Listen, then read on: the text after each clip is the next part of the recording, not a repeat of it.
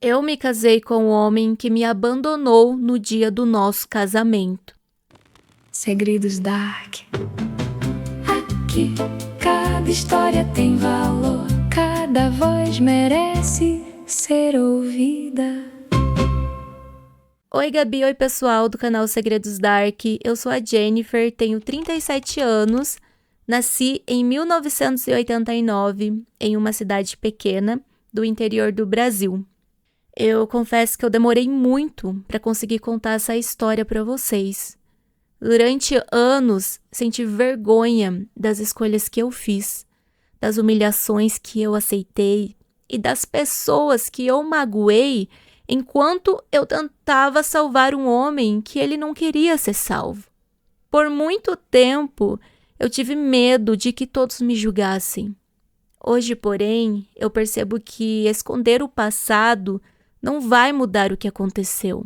Mas talvez contando a minha história possa ajudar alguém a enxergar os sinais que eu me recusei a enxergar. Eu sou filha mais velha do segundo casamento do meu pai. Meus pais se casaram em 1988 e 11 meses depois eu nasci. Em 1991 veio ao mundo o meu irmão mais novo, que foi meu grande companheiro e o meu confidente durante toda a infância.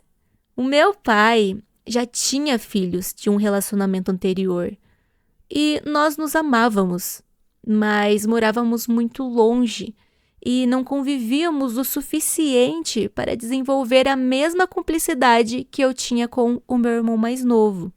Apesar de tudo isso, eu tive uma infância muito feliz.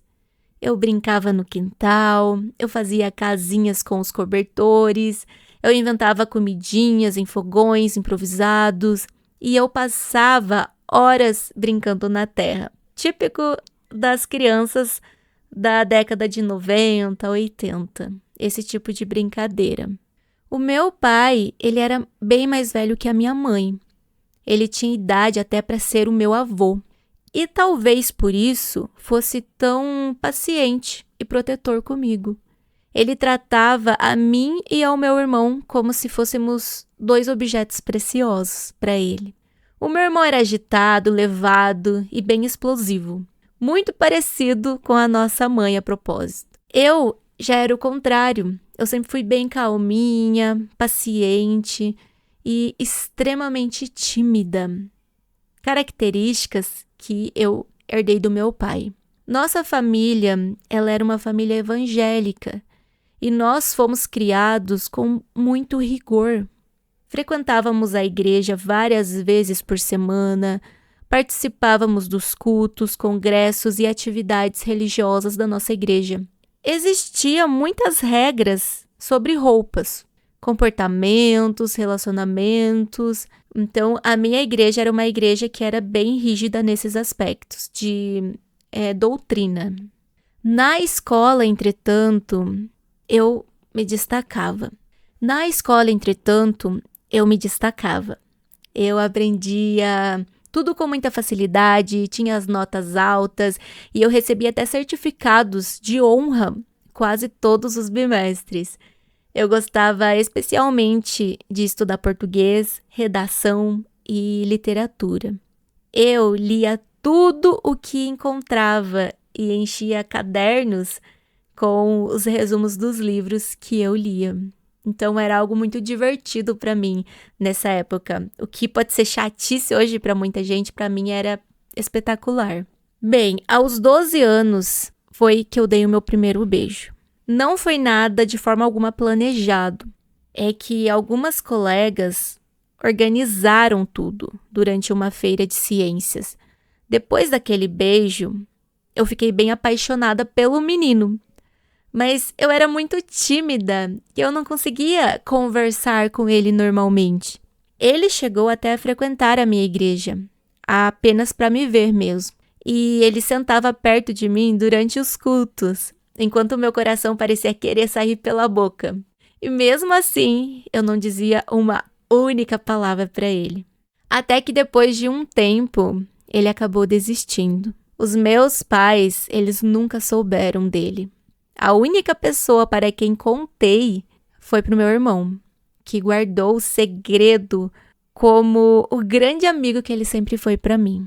Quando eu tinha 17 anos, um casal de amigos e vizinhos apareceu em nossa casa com um recado. Eles disseram que conheciam um rapaz que estava interessado em mim. Esse rapaz, ele já me observava havia algum tempo, mas ele não tinha coragem de se aproximar para conversar, falar alguma coisa comigo. Então, a minha mãe, ela autorizou que eles me entregassem o número do telefone desse rapaz. E pouco depois, nós começamos a conversar. Gente, eu não tinha experiência nenhuma. Eu não sabia como agir, o que dizer ou como que eu poderia demonstrar interesse. Quando ele contou que pretendia ir à minha casa em um domingo, eu fiquei muito nervosa, tão nervosa que eu até quase passei mal. E durante aquela mesma semana, que era perto do Dia dos Namorados, ele me enviou chocolates, presentes, um ursinho de pelúcia, parecia até cena de filme. A cada momento, alguém aparecia em nossa porta com uma nova entrega. E, no domingo, ele chegou. Ele chamou os meus pais lá para a sala e ele pediu permissão para namorar comigo. Eu vou chamá-lo de Will. Como minha família era muito religiosa, os meus pais estabeleceram várias condições para ele. Por exemplo, nada de sairmos sozinhos, nada de intimidades e nada de falar em casamento tão cedo. Típico da igreja evangélica. E o Will, ele aceitou tudo que os meus pais falaram para ele. No começo, ele parecia assim, um rapaz maravilhoso. A família dele gostava de mim. E eu, que sempre fui muito intensa, eu logo me apaixonei pelo Will. Depois de alguns meses, porém, o Will começou a mudar comigo. Ele ficava nervoso com facilidade, preocupado, e ele desaparecia sem dar nenhuma explicação para mim. O relacionamento se arrastou por algum tempo, entre promessas, problemas e tentativas de reconciliação. Eu estava ocupada, estudando, fazendo provas e tirando a minha carteira de motorista na época. Eu consegui passar em tudo de primeira, mas pouco depois, o Will, ele terminou comigo. E a justificativa dele era muito confusa, eu não conseguia entender. Ele disse que ele tinha um chamado de Deus e que pretendia vigiar pregando o evangelho e evangelizando. Eu respeitava quem realmente tinha essa vocação, mas no fundo eu sabia que ele usava a religião como desculpa para não assumir as responsabilidades. Bem, o Will, ele nunca permanecia em um emprego.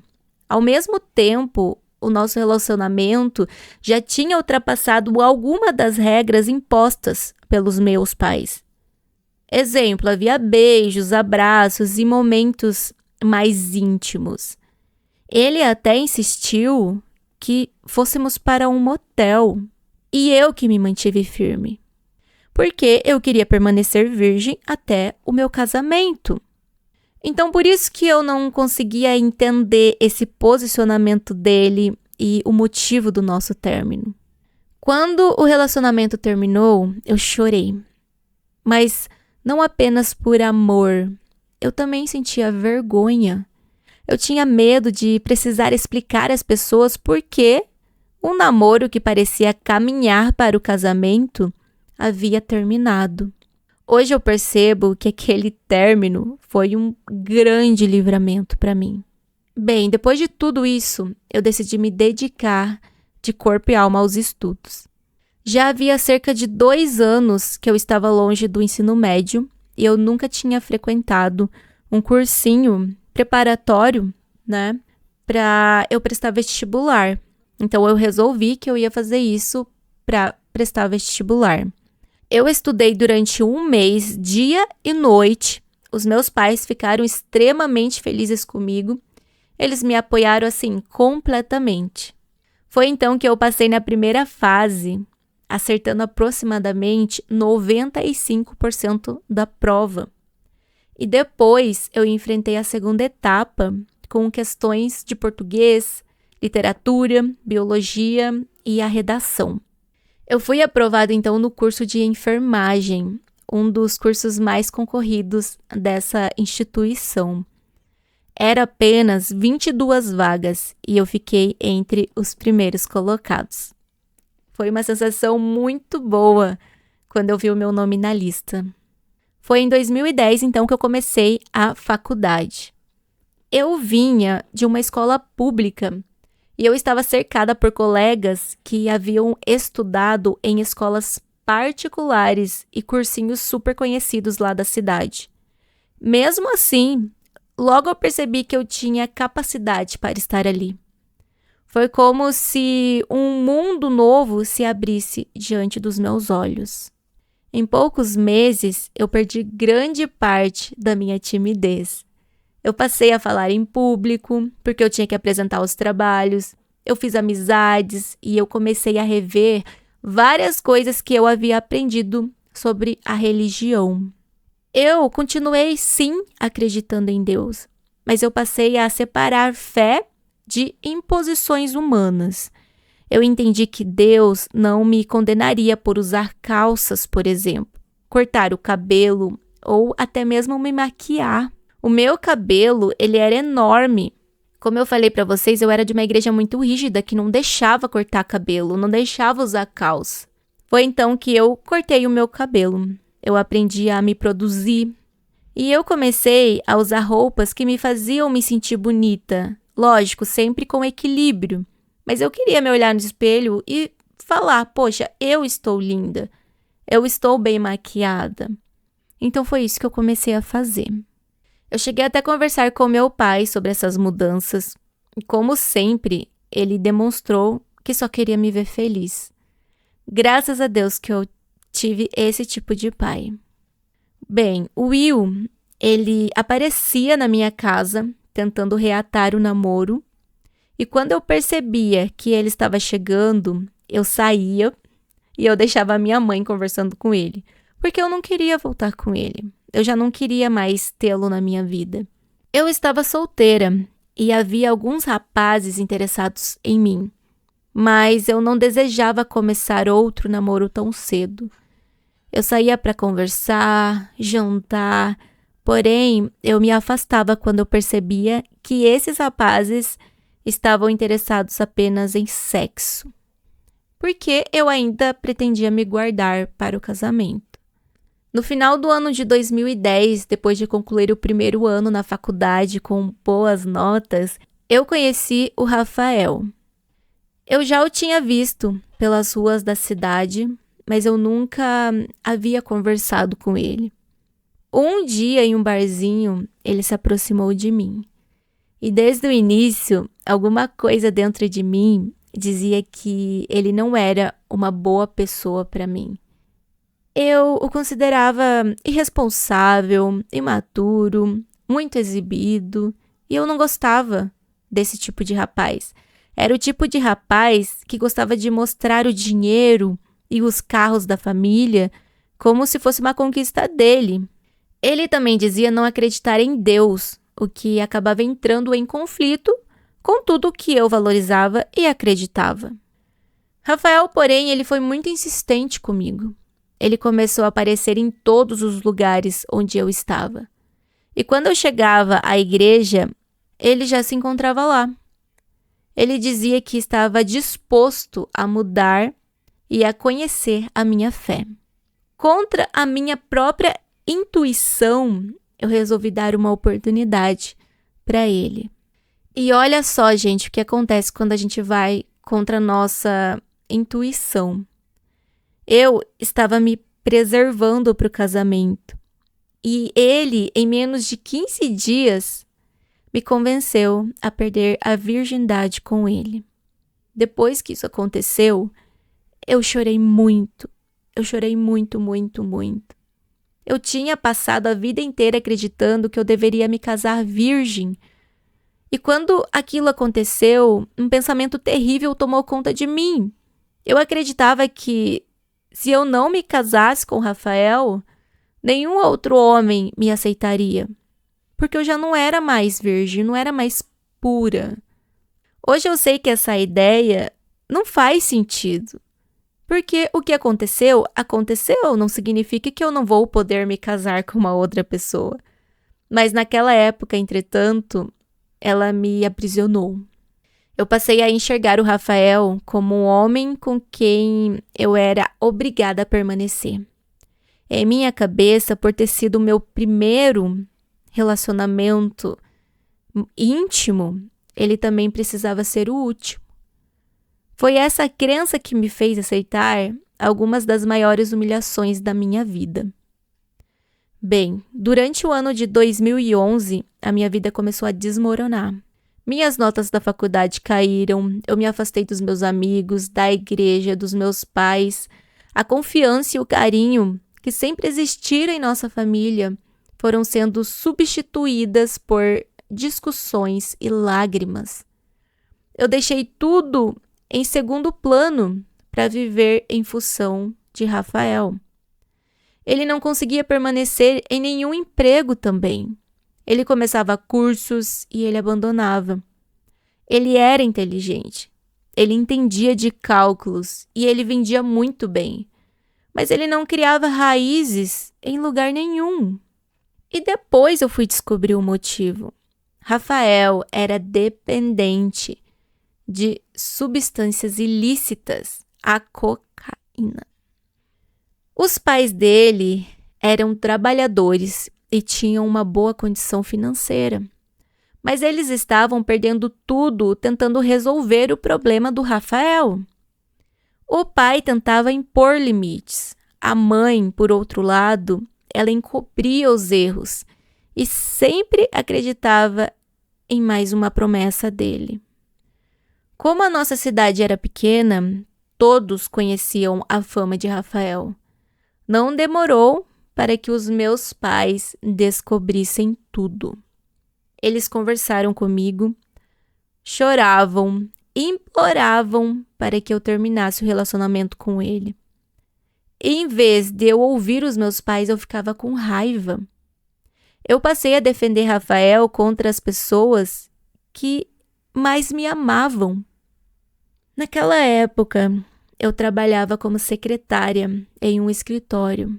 Eu cuidava de faturamentos e eu recebia um salário até que razoável. O meu pai também tinha me ensinado desde cedo a guardar dinheiro. Eu possuía uma reserva financeira e algum limite no banco. Só que eu cometi um grande erro de entregar ao Rafael as senhas dos meus cartões. Em poucas semanas, ele estourou o meu cartão de crédito, usou o limite da conta, esvaziou a minha poupança, passou cheques e fez ainda empréstimos no meu nome. Todo aquele dinheiro foi usado, gente, em substâncias ilícitas. Rafael começou a deixar documentos e objetos pessoais com traficantes como garantia. E depois eu precisava conseguir dinheiro para recuperar todas essas coisas. Eu comecei a pedir adiantamentos ao meu patrão. Quando o mês terminava, já não tinha salário para receber. A mãe do Rafael fazia a mesma coisa. Nós duas passávamos noites procurando por ele nas ruas. Às vezes ele ficava desaparecido durante 12 ou 24 horas. Apesar de tudo, eu acreditava que ele mudaria. Por que a gente sempre acredita nisso? Não é mesmo? Por que a gente sempre acha que a pessoa vai mudar? Eu tinha certeza de que o meu amor seria suficiente para libertá-lo das drogas. Eu imaginava que depois de curado, Rafael se transformaria no homem com quem eu sempre tinha sonhado. Pois bem, em 2012 ele conseguiu permanecer algum tempo aparentemente limpo. Ele ficou cerca de 2 meses sem desaparecer e já estava havia 3 meses no mesmo emprego, destacando-se nas vendas e também recebendo boas comissões. Então, em um domingo, Rafael e a mãe dele foram conversar comigo. Ele disse que ele estava liberto e ele disse que queria se casar comigo. A mãe dele afirmou que o casamento o deixaria mais calmo e que ao meu lado ele nunca mais voltaria a usar coisas ilícitas. Gente, eu aceitei. Pois é, eu aceitei. Um primo distante de Rafael estava se separando e vendendo os móveis da casa dele. Nós compramos praticamente tudo. E para pagar, eu vendi a minha moto, que era um dos poucos bens que ainda me restavam. Nós alugamos uma casa e marcamos o casamento para dali a 15 dias, olha só. Eu não sei como, mas nós resolvemos tudo em apenas um dia. Na segunda-feira, eu cheguei à casa dos meus pais e eu simplesmente comuniquei que eu me casaria com o Rafael. Não pedi a opinião deles, porque eu já sabia qual que seria a resposta. Os meus pais, gente, me corta o coração de lembrar. Mas eles choraram quando eu dei a notícia. Mesmo magoada, a minha mãe se ofereceu para preparar um jantar simples para receber os nossos familiares e os nossos amigos depois da cerimônia no cartório. O meu pai, ele colocou um envelope com dinheiro em minhas mãos e com os olhos cheios de lágrimas, ele disse que gostaria de poder me oferecer uma festa maior, mas que tudo estava acontecendo muito rápido, então era aquilo que ele poderia fazer por mim naquele momento. Eu, burra, em vez de guardar o dinheiro, eu fui lá e contei para o Rafael e deixei o envelope nas mãos dele. Ai, gente, se arrependimento matasse. No dia do casamento, o Rafael me levou ao salão de beleza e eu estava usando um vestido branco simples, mas assim, elegante. Eu estava me sentindo bonita. Eu acreditava que aquele seria o começo de uma nova vida pra gente, uma nova fase, com a tristeza, assim, deixada para trás. A mãe dele, do Rafael, ficou responsável em me buscar lá no salão. E quando chegou ao salão, ela estava chorando. Ela, então, me colocou no carro e, com muita dificuldade para falar, ela me contou que o Rafael tinha desaparecido. O telefone dele estava desligado e quando a família foi até a casa onde moraríamos, encontrou vestígios de coisas ilícitas por todos os lados. O envelope que meu pai havia me dado com o dinheiro estava vazio. No banheiro havia um cachimbo usado para consumir pedra. Rafael tinha pegado o dinheiro do nosso casamento, que o meu pai deu, e desaparecido para usar coisas ilícitas. Gente, eu estava vestida de noiva quando eu recebi a notícia de que havia sido abandonada. A mãe de Rafael telefonou para os meus pais, que já estavam no cartório, e pediu para que cancelassem o casamento. O meu pai ficou extremamente envergonhado, destruído. Precisou telefonar para as pessoas explicando que a cerimônia não aconteceria. Eu não conseguia falar. Eu apenas chorava e vomitava. Era muito para mim. A minha mãe precisou me dar calmantes para me acalmar porque eu não estava suportando passar por tudo aquilo. A mãe de Rafael passou a noite ajoelhada, pedindo a Deus que trouxesse o filho dela de volta. O pai dele percorreu as ruas da cidade procurando por ele. O meu irmão ficou ao meu lado o tempo inteiro, acariciando os meus cabelos e tentando controlar a própria raiva que ele sentia do Rafael. Na manhã seguinte, o Rafael apareceu na casa dos pais. Ele estava descalço, sujo, com as roupas rasgadas e completamente drogado. Os meus pais me tiraram da casa que havíamos alugado e me levaram de volta para a casa deles. Aquele foi o fim de semana mais longo, gente, da minha vida. Eu só pensava em apagar, em sumir, se é que vocês me entendem. Eu não sabia como que eu voltaria para a faculdade, para a igreja, ou até mesmo nas ruas daquela cidade. Eu imaginava todos comentando que eu havia sido abandonada no dia do casamento. Para mim, era cena de filme, cena de novela. Abandonada no dia do casamento. Na terça-feira, feriado e aniversário do meu pai, a nossa casa parecia estar de luto. No começo da noite, os pais de Rafael apareceram e disseram que precisavam conversar comigo. Os meus pais, por outro lado, eles não queriam permitir, mas perguntaram se eu aceitava. E eu disse que sim. Eles me levaram então até o Rafael. E quando eu o vi, eu desabei. Eu não tinha forças sequer para sentir raiva naquele momento. Ele chorou demais, ele pediu perdão e afirmou que precisava de mim para se recuperar.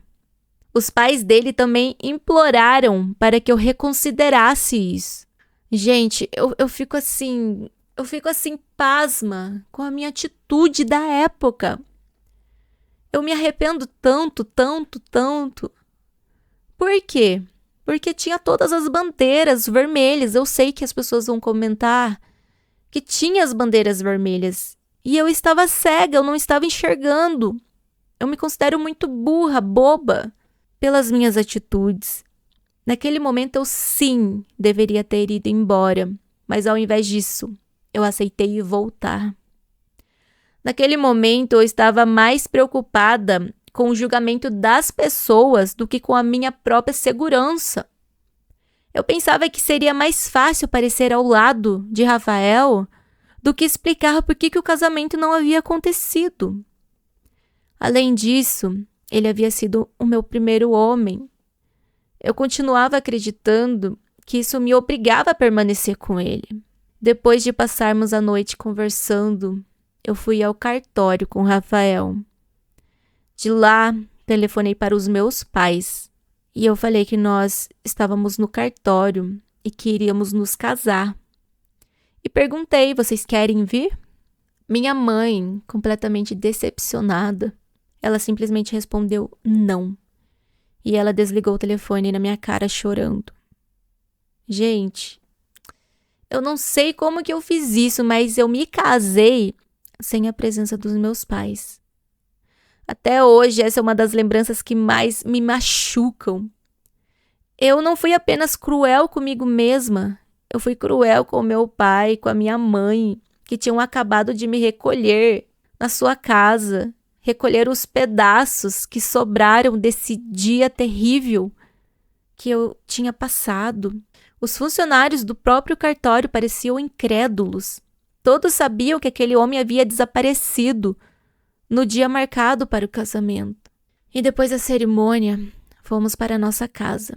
Eu me casei, mas eu passei o restante do dia chorando. E naquela mesma noite, eu fui para a faculdade como se nada tivesse acontecido. As pessoas evitaram fazer perguntas. Eu percebi isso. E quando alguém perguntava alguma coisa, comentava alguma coisa, eu respondia apenas o que eu considerava ser conveniente. Pouco tempo depois, Rafael decidiu que deveríamos construir uma casa. Cometi, gente, outro grande erro. Eu tranquei a faculdade para trabalhar em 2 empregos. O objetivo era pagar tudo o que o financiamento não cobriria. O terreno pertencia à família do Rafael e o financiamento ficaria no nome de um parente dele, pois nós dois estávamos com problemas financeiros e restrições no nosso nome. Nada estava legalmente em meu nome. E mesmo assim, eu coloquei todo o dinheiro naquela construção. O meu pai havia planejado uma viagem de férias e, apesar de todas as mágoas, ele decidiu me levar. Quando eu voltei, eu descobri que Rafael tinha retirado nossos móveis da casa alugada e levado tudo para a residência dos pais dele. Ele havia decidido sozinho que moraríamos com os meus sogros até a construção da casa ficar pronta. Como eu me dava bem com eles, eu acabei aceitando. E aos poucos, amigos que ainda me restavam na faculdade ligavam perguntando por que eu não havia voltado às aulas. E eu acabava não atendendo essas ligações. Uma amiga minha insistiu até que eu contei para ela o que estava acontecendo. Essa minha amiga me deu um conselho muito sincero e disse que eu estava destruindo o meu futuro. Em vez de agradecer, eu fiquei com raiva dela e eu me afastei. No fundo, eu sabia que essa minha amiga estava coberta de razão. Mas ouvir a verdade parece que me doía. Eu não queria aceitar a verdade. Bem, além do trabalho, eu comecei a dar aulas particulares de português e matemática. Os alunos gostavam de mim e o dinheiro começou então a entrar. Todo o dinheiro que entrava, eu acabava investindo praticamente tudo na construção. Rafael dizia que ele cuidaria da documentação, da entrada e do financiamento. 2 meses depois, recebemos uma notícia devastadora. O primeiro terreno ficava em uma área com restrições ambientais e o banco acabou recusando o financiamento. O pedreiro, gente, queria receber pelo serviço que já tinha realizado. E a solução encontrada foi entregar a ele o terreno com a casa inacabada. Em troca, nós recebemos apenas o valor do lote. Sim, todo o dinheiro que eu havia colocado na construção foi completamente perdido. O meu sacrifício de abandonar temporariamente a faculdade não tinha servido para absolutamente nada. Em outra ocasião, o meu pai voltou a me ajudar financeiramente. Rafael usou parte daquele dinheiro para comprar uma moto potente. O restante desapareceu em poucos dias de festas, bebidas e coisas ilícitas. E depois ele decidiu usar o pouco que tínhamos recebido pelo primeiro terreno para construir outra casa, em um dos lotes próximos que também pertencia à família dele. Gente, foram 6 meses de puro desespero.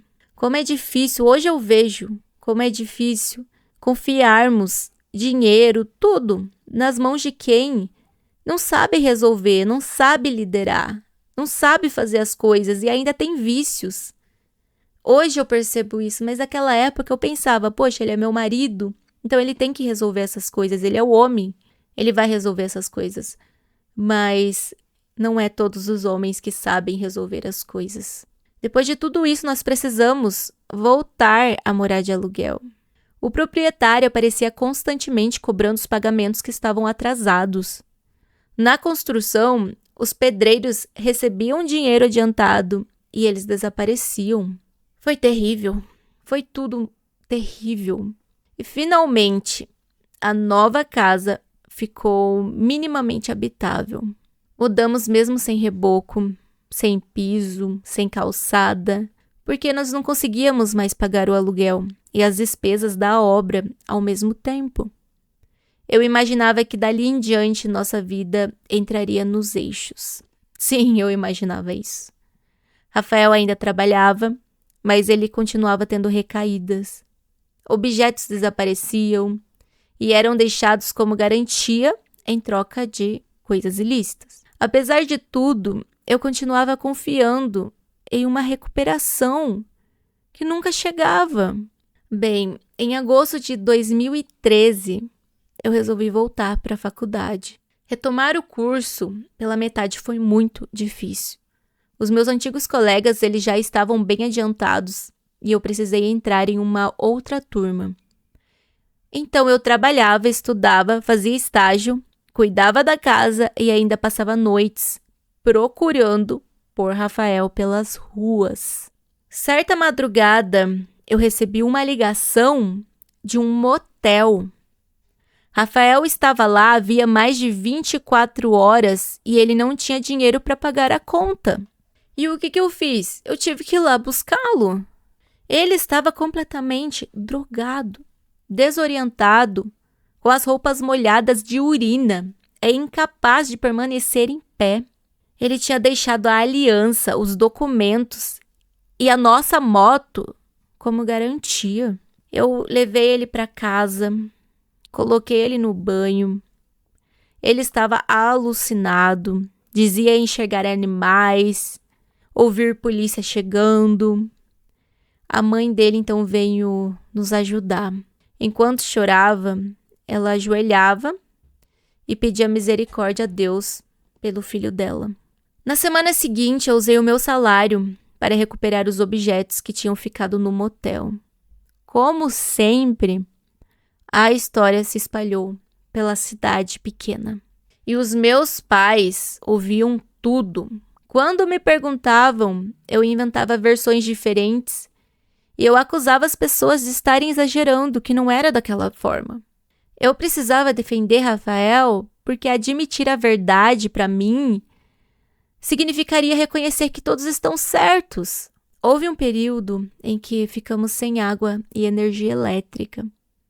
Eu passei dias sem tomar banho e com pouca comida. Rafael ia até a casa dos pais para comer e lavar as roupas. Só que eu não tinha coragem de acompanhá-lo, e muito menos de contar aos meus pais que eu estava passando fome. No final de 2013, eu consegui concluir mais um ano da faculdade com muito sacrifício.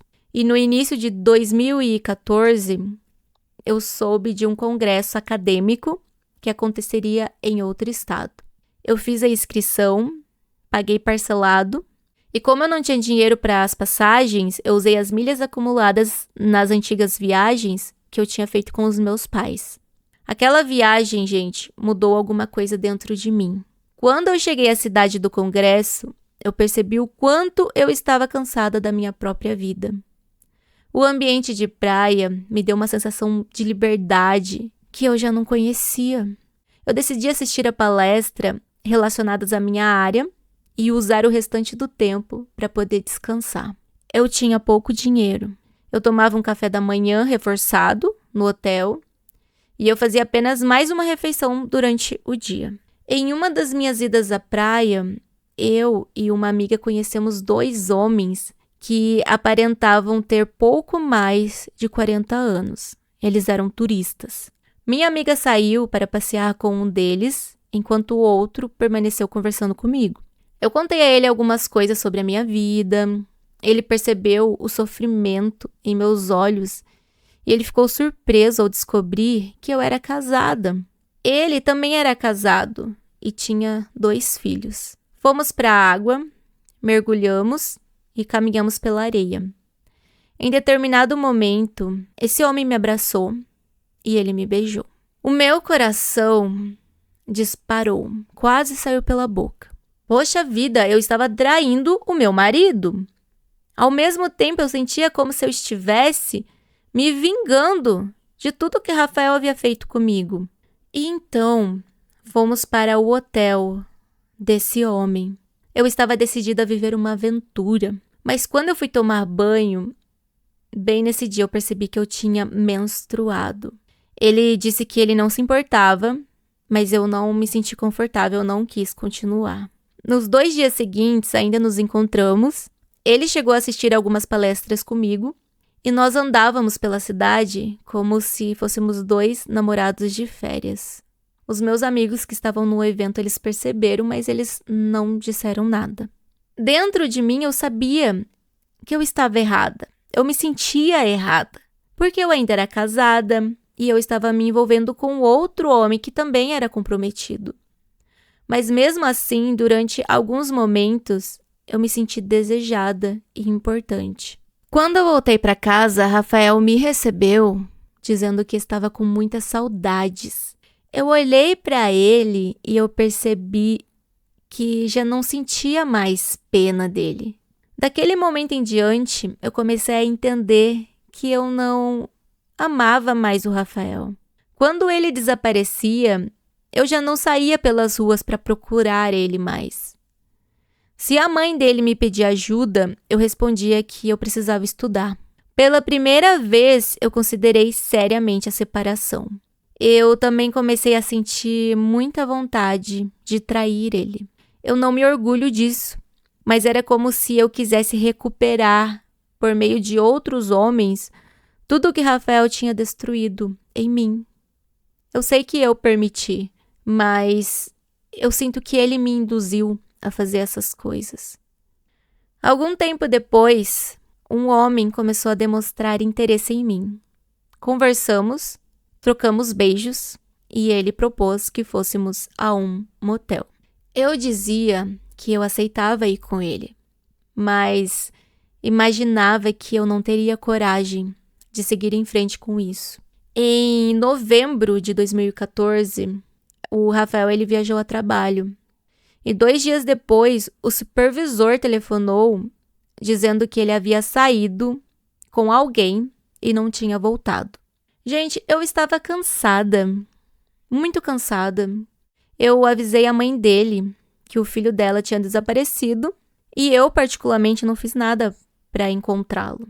Naquela mesma época, eu marquei o encontro com um homem que via conversando comigo e nós fomos para um motel. Dessa vez, eu realmente traí Rafael. Não foi apenas beijos. Eu me envolvi sexualmente com outro homem. Eu sei que eu agi errado. A traição não resolveu os meus problemas e não transformou o que eu vivia em algo aceitável. Naquele momento, porém, aquilo me deu uma sensação de ruptura. Eu já não era mais a mulher que acreditava estar condenada a pertencer ao primeiro homem com quem eu tinha me relacionado. Rafael, ele acabou voltando no dia seguinte e, naturalmente, ele foi demitido. Depois disso, eu fui à casa dos meus pais, contei tudo o que vinha acontecendo sobre as drogas, as dívidas, os desaparecimentos, a fome, os objetos penhorados, o dinheiro que ele havia tirado de mim. Eu perguntei se eu poderia voltar a morar com os meus pais. Os meus pais me abraçaram depois de tudo que eu fiz. Os meus pais me abraçaram e me disseram para ir buscar as minhas coisas. Antes que eu conseguisse sair definitivamente, Rafael apareceu. Chorou, fez uma algazarra, fez promessas, jurou que mudaria. Eu não me orgulho disso, gente, mas mais uma vez eu voltei para ele. Eu lembro-me do meu pai balançando a cabeça enquanto a minha mãe chorava. Naquele dia eu perdi uma oportunidade que talvez tivesse evitado o pior. Eu quase choro toda vez que eu penso nisso porque eu deveria ter saído dessa faz muito tempo. Mas eu acabei voltando. Eu não sei se eu tinha alguma dependência, provavelmente. Eu não sei por quê. Em dezembro de 2014, eu recebi uma mensagem de um outro homem pelo Facebook. Ele era bem conhecido na cidade, embora nós nunca tivéssemos conversado. Ele disse que me admirava, que eu estava cada dia mais bonita e que ele queria me encontrar. Eu perguntei se ele havia se separado. Ele respondeu que não, mas que isso não tinha importância. Eu também era casada. Naquela altura, eu estava cheia de mágoas e eu queria me sentir amada. Eu aceitei continuar a conversa. Migramos então para o WhatsApp e começamos a falar durante o dia inteiro. Pouco tempo depois, fomos também para um motel. Aquele homem, ele era muito bonito, sedutor, atencioso. Fazia com que eu me sentisse desejada. Nós nos encontrávamos 2 ou 3 vezes por semana. E nós entramos em 2015 e eu já estava completamente apaixonada por ele. No final de janeiro, o nosso envolvimento tinha saído do controle. Nós nos víamos praticamente todos os dias, de manhã, tarde e noite. Eu salvei o contato dele no celular e eu coloquei uma senha no aparelho. Só que Rafael ele começou a questionar por que eu tinha feito aquilo. As discussões elas aumentaram, mas eu continuei com o relacionamento extraconjugal. Certa noite eu estava sentada no sofá, trocando mensagens, quando Rafael se aproximou por trás. Eu estava tão distraída ali que eu não percebi que ele estava lendo a conversa. E de repente, eu senti um golpe no pescoço. Rafael ele me puxou pelos cabelos, ele jogou-me no chão e ele começou a me agredir. Eu recebi chutes no corpo e no rosto. Eu tentava segurar o telefone, porque eu sabia que se ele descobrisse quem era o homem, ele poderia fazer até alguma coisa com ele. Rafael parecia decidido a me matar naquele dia. Ele me ergueu, me jogou contra a parede e ele apertou o meu pescoço. Eu já estava perdendo as forças quando eu consegui atingir sua região íntima com o meu joelho. E ele acabou me soltando. Eu peguei o celular, a bolsa, eu corri para a rua, descalça, e eu quase nem conseguia andar. Enquanto eu me afastava, eu ouvia o Rafael gritando insultos.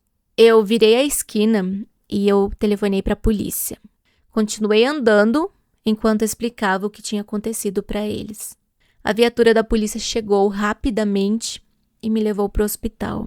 Eu estava com o nariz e a boca sangrando. Meus olhos estavam escurecendo por causa dos hematomas. Tinha ferimentos na cabeça, mechas inteiras do meu cabelo que haviam sido arrancadas. Terrível. Os exames mostraram que eu estava com uma costela quebrada e o maxilar deslocado. O médico ele preparou um relatório e as enfermeiras fizeram os curativos e os policiais permaneceram no hospital para registrar a ocorrência. Eu admito que eu traí Rafael. Eu sei que eu errei. Eu assumo a responsabilidade pelas minhas escolhas. Mas nenhuma traição justifica aquela violência. Um dos policiais acabou me dizendo que se eu não quisesse ser agredida, eu deveria ter entregado o telefone para o meu marido. Ele também tentou me convencer a não prosseguir com a denúncia, argumentando que muitas mulheres denunciavam e depois voltavam para os seus companheiros. Eu estava fisicamente e emocionalmente destruída, mas eu assinei a ocorrência.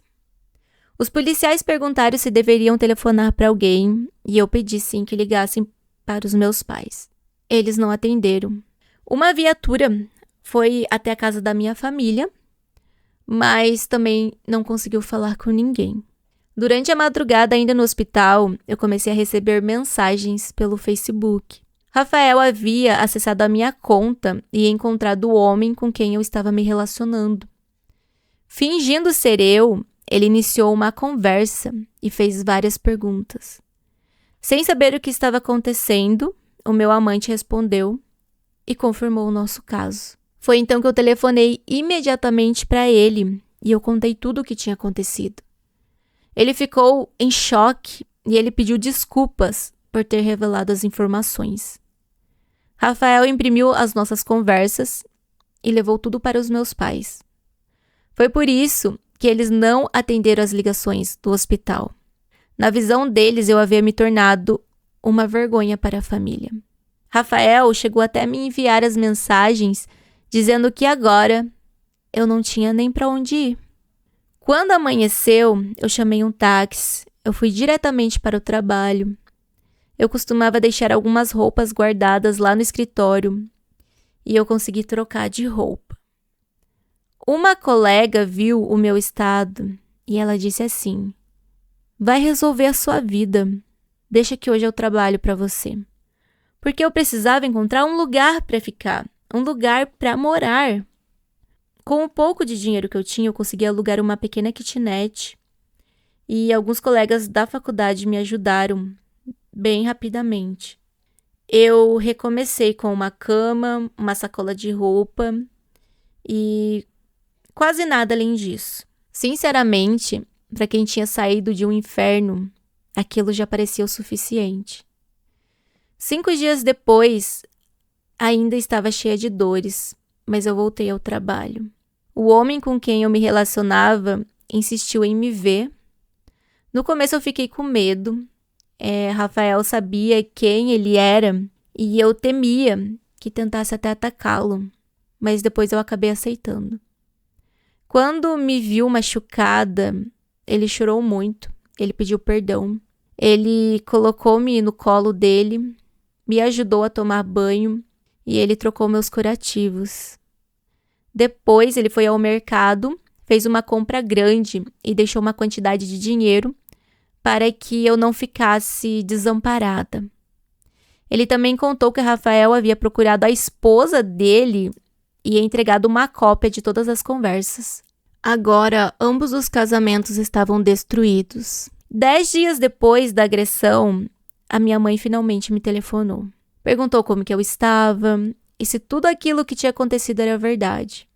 Antes que eu conseguisse explicar, ela disse que eles estavam com muita vergonha de mim e que muitas pessoas comentavam sobre a filha deles. Depois perguntou onde eu estava e disse que iria me visitar. Quando a minha mãe chegou na kitnet, eu só conseguia chorar. A dor de ter sido rejeitada pela minha própria família parecia maior do que os ferimentos no meu corpo. Ela permaneceu alguns minutos e já foi embora. Não perguntou se eu tinha comida, dinheiro ou condições para me manter ali. Não perguntou nada. Durante meses, eu vivi praticamente sozinha. Eu falava muito pouco com o meu pai e com o meu irmão por telefone. Para tornar tudo ainda mais doloroso, minha melhor amiga, a mesma que havia viajado comigo para o congresso, terminou um relacionamento e ela acabou tirando a própria vida. Foi terrível para mim. Eu, que já me sentia completamente destruída, eu perdi uma das poucas pessoas que ainda faziam parte do meu mundo.